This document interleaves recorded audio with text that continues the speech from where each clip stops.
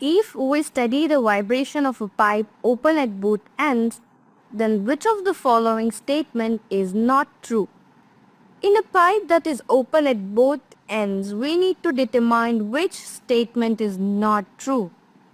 Let's first see the characteristics of a pipe open at both ends.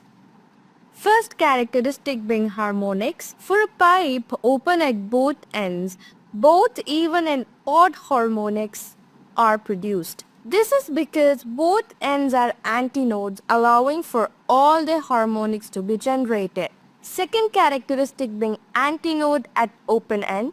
At the open ends of the pipe, there are antinodes for displacement, while pressure nodes occur at these points. Third characteristic is pressure change. The pressure variation, that is nothing but the change in pressure, is actually zero at the open ends because these points are pressure nodes. The maximum pressure variation occurs at the nodes within the pipe and not at the open ends. Let us analyze each option one by one. Option A.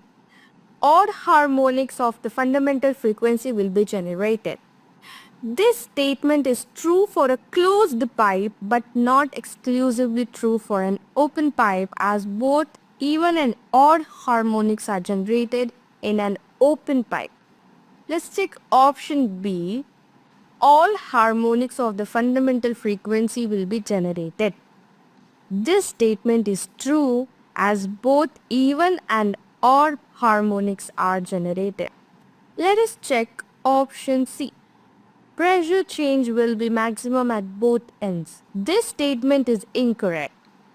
In a pipe open at both ends, the pressure change is zero at the open ends where there are pressure nodes. So we have our answer option C, that is incorrect. Let's also see option D. Antinode will be at open end. This statement is also true as there is a displacement antinode at each open end. Hence the answer is option C, which is the pressure change will be maximum at both ends. And this statement is not true.